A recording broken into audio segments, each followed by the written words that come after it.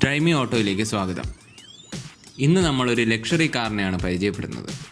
Mercedes Benz GLC 220D ഫോർമാറ്റിക്. ഫോർമാറ്റിക് എന്ന് പറഞ്ഞാൽ all wheel ഡ്രൈവാണ്. All wheel drive എന്ന് വെച്ചാൽ ഓരോ വീലിലും ഇൻഡിവിജ്വലായിട്ട് പവർ ഡെലിവറി ചെയ്യാനായിട്ട് ഈ മെഴ്സിഡസ് ബെൻസ് GLC 220Dക്ക് സാധിക്കും. ഇങ്ങനെ ഒരു വാഹനം കാണുമ്പോൾ നമുക്ക് ലക്ഷറിയാണ് ഇതിൻ്റെ മെയിനായിട്ടുള്ള ഒരു ഫോക്കസ് എന്ന് പറയുന്നത്. പിന്നെ ഒരു സാധനം എന്ന് പറയുമ്പോഴത്തേക്കും ഇതിൻ്റെ എൻജിൻ സൈഡ് നമുക്ക് നോക്കാൻ തോന്നും. എൻജിൻ്റെ എത്ര കപ്പാസിറ്റി ഉണ്ട്, അതിൻ്റെ മൈലേജ് എങ്ങനെയാണ്, ഗിയർ ഷിഫ്റ്റിംഗ് എങ്ങനെയാണ്, അങ്ങനെയൊക്കെ ഉള്ളത്. അപ്പോൾ അതിനെപ്പറ്റി ഞാൻ വിശദീകരിക്കാം. ഈ വണ്ടിയിൽ 2143 cc ഉള്ള ഒരു ഡീസൽ എൻജിനാണ് വരുന്നത്. ഇത് ഓട്ടോമാറ്റിക്കാണ്. 9 ഗിയറുകളാണ് ഈ ഓട്ടോമാറ്റിക് ട്രാൻസ്മിഷനിൽ വരുന്നത്. ഇതിന് പാഡൽ ഷിഫ്റ്റും അവൈലബിൾ ആണ്. അതായത് സ്റ്റിയറിങ്ങിൻ്റെ സൈഡിൽ തന്നെ ഗിയർ ഷിഫ്റ്റ് ചെയ്യാനായിട്ടുള്ള സ്വിച്ചസ് ഉണ്ട്. അത് വെച്ച് വേണമെങ്കിൽ നമുക്ക് മാനുവലായിട്ടും സ്വിച്ച് ചെയ്ത് ഓടിക്കാം. അങ്ങനെ കുറേ ദൂരം ഓടുമ്പോഴത്തേക്കും ഈ ഗിയർ ഇനിയിപ്പോൾ നമ്മൾ ഗിയർ മാറാൻ മറന്നു പോവുകയാണെങ്കിൽ വണ്ടി തന്നെ ഓട്ടോമാറ്റിക്കായിട്ട് വീണ്ടും ഓട്ടോമാറ്റിക് ട്രാൻസ്മിഷനിലേക്ക് മാറും എന്നുള്ളതും ഇതിൻ്റെ ഒരു സവിശേഷതയാണ്. പിന്നെ ഇതിൻ്റെ മൈലേജ് 11 km/L ആണ്. ഇതിന് 4 മോഡുകളുണ്ട്. Eco, comfort, sports, sports plus, ഇങ്ങനെ 4 മോഡുകളും പിന്നെ ഇൻഡിവിജ്വൽ മോഡും ആണ് ഇതിനുള്ളത്. അപ്പോൾ ഈ 5 മോഡുകൾ വെച്ചിട്ട് നമ്മൾ സ്പോർട്സ് മോഡൊക്കെ ഇട്ട് കഴിഞ്ഞാൽ ഈ 11 km/L ഒന്നും മൈലേജ് കിട്ടില്ല. ഒരു 7 km/L ഒക്കെയാണ് നമ്മൾ ഓടിച്ചപ്പോൾ അതിൽ ഡിസ്പ്ലേയിൽ കാണിക്കുന്നത്. 170 bhp പവർ നൽകാനായിട്ട് ഈ വാഹനത്തിൻ്റെ എൻജിന് സാധിക്കും. കംഫർട്ട് മോഡ് എന്ന് പറയുന്ന മോഡിൽ ഇട്ട് കഴിഞ്ഞാൽ വാഹനം വളരെ ഒരു മിതമായ സ്പീഡിൽ നമുക്ക് നോർമലായിട്ട് കൺട്രോൾ ചെയ്ത് ഓടിക്കാനായിട്ട് സാധിക്കും.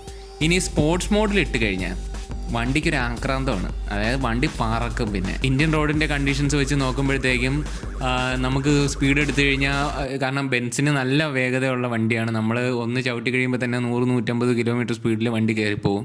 അത് വണ്ടി ഓടിച്ചിട്ടുള്ളവരാണെങ്കിൽ നിങ്ങൾക്ക് നല്ലപോലെ അറിയാൻ കഴിയും. അപ്പോൾ അങ്ങനെ ആ ഒരു വണ്ടി ഇന്ത്യൻ റോഡിൽ ഓടിക്കുമ്പോഴത്തേക്കും സ്പോർട്സ് മോഡിലൊക്കെ ഇട്ട് ഓടിക്കുകയാണെങ്കിൽ എല്ലായിടത്തും ഒന്നും ഓടിക്കാനൊന്നും പറ്റില്ല. കാരണം നമ്മളൊന്ന് സ്പീഡ് എടുത്ത് വരുമ്പോഴത്തേക്കും ഫ്രണ്ടിൽ വേറെ വണ്ടി വരും. അങ്ങനെയുള്ള ഒരു ഇതുണ്ട്. അത്രയും പവറാണ് ഈ വാഹനത്തിൻ്റെ എൻജിന് ഡെലിവറി ചെയ്യാൻ കഴിയുന്നത്.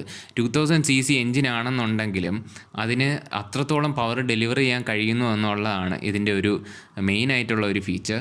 പിന്നെ സ്പോർട്സ് പ്ലസ് എന്നുള്ള മോഡുണ്ട്. സ്പോർട്സ് പ്ലസ് മോഡിൽ അതിനേക്കാളും കൂടുതൽ പവർ നൽകാനായിട്ട്, അതായത് സ്പോർട്സ് മോഡിലുള്ളതിനേക്കാളും കൂടുതൽ പവർ നൽകാനായിട്ട് സാധിക്കും. ഫോർമാറ്റിക് എന്നതുകൊണ്ട് എന്താണ് ഉദ്ദേശിക്കുന്നതിനെ പറ്റി ഞാൻ ഡീറ്റെയിൽ ആയിട്ട് പറയാം.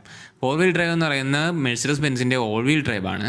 ഓൾ വീൽ ഡ്രൈവ് എന്ന് പറയുമ്പോഴത്തേക്കും എല്ലാ വീലിലേക്കും ഇൻഡിവിജ്വലായിട്ട് പവർ ഡിസ്ട്രിബ്യൂഷൻ വരും. അപ്പോൾ അതായത് ഓരോ വീലും റൊട്ടേറ്റ് ചെയ്യാനായിട്ട്, ഇൻഡിവിജ്വലായിട്ട് റൊട്ടേറ്റ് ചെയ്യാനായിട്ട് ഇതിൻ്റെ എൻജിന് സാധിക്കും. അതുവഴി നമുക്കിപ്പോൾ എവിടെയെങ്കിലുമൊക്കെ സ്റ്റക്കായി പോയാൽ, വല്ല എവിടെയെങ്കിലും ഓഫ് റോഡൊക്കെ പോകുമ്പോഴൊക്കെ എവിടെയെങ്കിലും സ്റ്റക്കായി പോയി കഴിഞ്ഞാൽ വാഹനം ഓട്ടോമാറ്റിക്കായിട്ട് തന്നെ അത് മനസ്സിലാക്കിയിട്ട് അതിനനുസരിച്ചുള്ള പവർ ഡെലിവറി ചെയ്ത് ഓരോ വീലിനും പവർ ഡെലിവറി ചെയ്തിട്ട് വണ്ടി മൂവ് ചെയ്യാൻ സഹായിക്കും.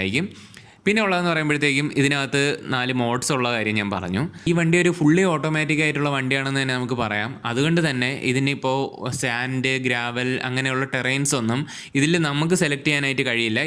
ആ ഒരു ടെറൈൻ എല്ലാം വണ്ടി തന്നെ ഓട്ടോമാറ്റിക്കായിട്ട് കണ്ടെത്തിയിട്ട് സെലക്ട് ചെയ്ത് മാറ്റുന്നതാണ്. അതനുസരിച്ച് വണ്ടി കയറി പോകുന്നതാണ്. അങ്ങനെയൊക്കെയാണ് ഇതിൻ്റെ സ്പെഷ്യാലിറ്റി.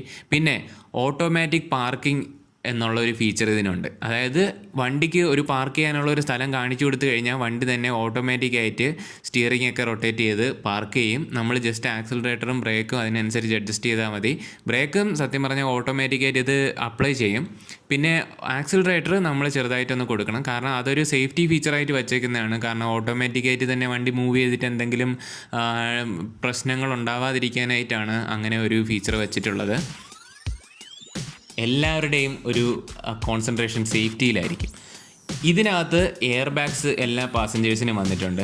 പിന്നെ ഇതിനകത്ത് വന്നിട്ടുള്ളതെന്ന് പറയുമ്പോഴത്തേക്ക് എമർജൻസി ബ്രേക്കിംഗ് സിസ്റ്റമാണ്. അതായത് ഫ്രണ്ടിൽ പോകുന്ന വണ്ടി പെട്ടെന്ന് ചവിട്ടി നിർത്തി കഴിഞ്ഞാൽ ഇത് വണ്ടി ഓട്ടോമാറ്റിക്കായിട്ട് അത് സെൻസ് ചെയ്തിട്ട് വണ്ടി തന്നെ ബ്രേക്ക് ചെയ്ത് അപ്ലൈ ചെയ്ത് വണ്ടി നിർത്തും.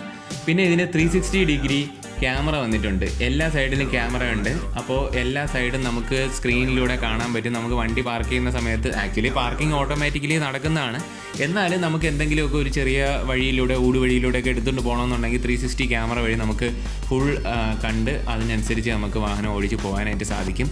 പിന്നെ ഉള്ളതെന്ന് പറയുമ്പോഴത്തേക്ക് എനിക്കിതിൽ ഏറ്റവും കൂടുതൽ സേഫ്റ്റി ആയിട്ട് തോന്നിയത് ഇതിൻ്റെ ടയർ നല്ല വൈഡ് ടയേഴ്സാണ്.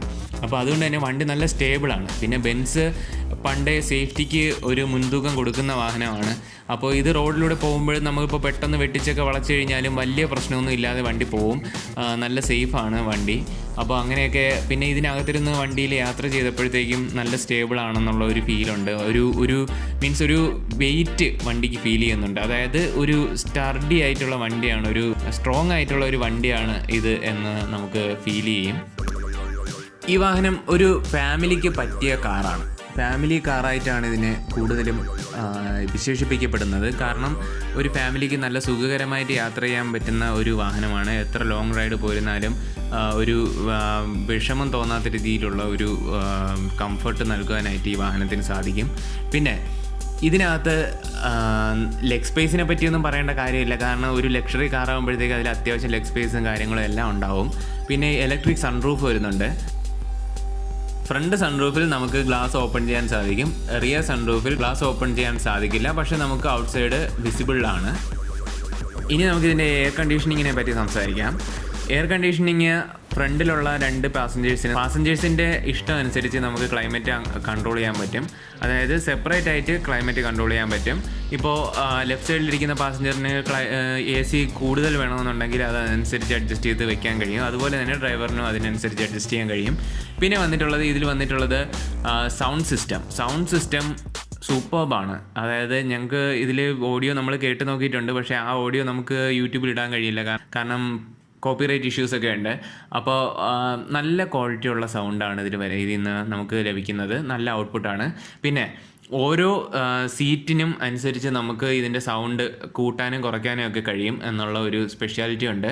പിന്നെ ഇതിൽ വന്നിട്ടുള്ളത് എനിക്കൊരു പോരായ്മ തോന്നിയെന്ന് പറയുമ്പോൾ ഇതിൻ്റെ ടച്ച് സ്ക്രീൻ ഇല്ല എന്നുള്ളതാണ്. ഇതിൻ്റെ ഡിസ്പ്ലേ ടച്ച് സ്ക്രീൻ അല്ല, ഇതിൻ്റെ ഗിയർ നോബിനോട് ചേർന്ന് തന്നെ ഒരു നോബ് വെച്ചിട്ടുള്ള ഒരു കൺട്രോളാണ് ഇതിൻ്റെ സ്ക്രീനിന് വരുന്നത്. ഇപ്പോൾ പുതിയതായിട്ട് വരുന്ന ഈ GLC 220Dക്ക് ടച്ച് സ്ക്രീൻ ഡിസ്പ്ലേയും കൂടി വരുന്നുണ്ട്.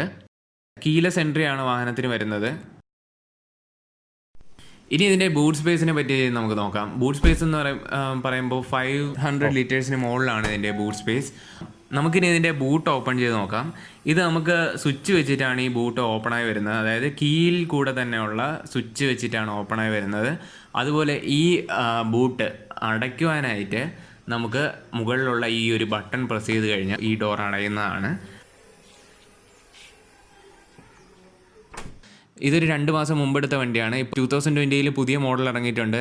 അതിന് കുറച്ചുകൂടെ വില കൂടിയിട്ടുണ്ട്. ഒരു 70 lakhs അടുപ്പിച്ച് വരും. ഈ വാഹനത്തിൻ്റെ വില അറൗണ്ട് 60 lakhs ആണ്. ഈ കാറിലൊരു അടിപൊളിയായിട്ടൊരു ഡേ ടൈം റണ്ണിങ് ലാമ്പ് കൊടുത്തിട്ടുണ്ട്. അതുപോലെ തന്നെ ഇതിൻ്റെ പവർഫുൾ ആയിട്ടുള്ള പ്രൊജക്ടർ ഹെഡ് ലാംപ്സ് ആണ് വരുന്നത്. പിന്നെ റിയർ ടെയിൽ ലാമ്പും ഒക്കെ വളരെ മനോഹരമായിട്ട് ഡിസൈൻ ചെയ്തിട്ടുണ്ട്. പിന്നെ ഇതിന് ഒരു ലോഗോ, നമ്മുടെ ബെൻസിൻ്റെ ലോഗോ ആണ് ഇതിൻ്റെ മെയിൻ ആയിട്ടുള്ള ഒരു ഫോക്കസ് എന്ന് പറയുന്നത്. അത് ഒരു നല്ല വലുപ്പത്തിലാണ് ആ ബെൻസിൻ്റെ ലോഗോ കൊടുത്തിട്ടുള്ളത്. പഴയ വാഹനങ്ങളിലൊക്കെ ആണെങ്കിൽ നമുക്ക് മുകളിലൊരു എംബ്ലം ഇങ്ങനെ നിൽക്കുമായിരുന്നു. ഇപ്പോൾ വരുന്ന ബെൻസിൻ്റെ വണ്ടികളിൽ ഫ്രണ്ടിലൊരു വലിയ എംബ്ലവും അതുപോലെ തന്നെ ബോണറ്റിൻ്റെ മുകളിലായിട്ട് ഒരു ചെറിയ ലോഗോയുമാണ് കൊടുത്തിട്ടുള്ളത്. മെഴ്സീഡിസ് ബെൻസ് ലക്ഷറി വണ്ടികളാണ് ഏറ്റവും കൂടുതൽ ഇറക്കുന്നത്. പക്ഷേ ഈ വാഹനം ലക്ഷറി മാത്രമല്ല, പെർഫോമൻസിലും വളരെ മുന്നിലാണ്.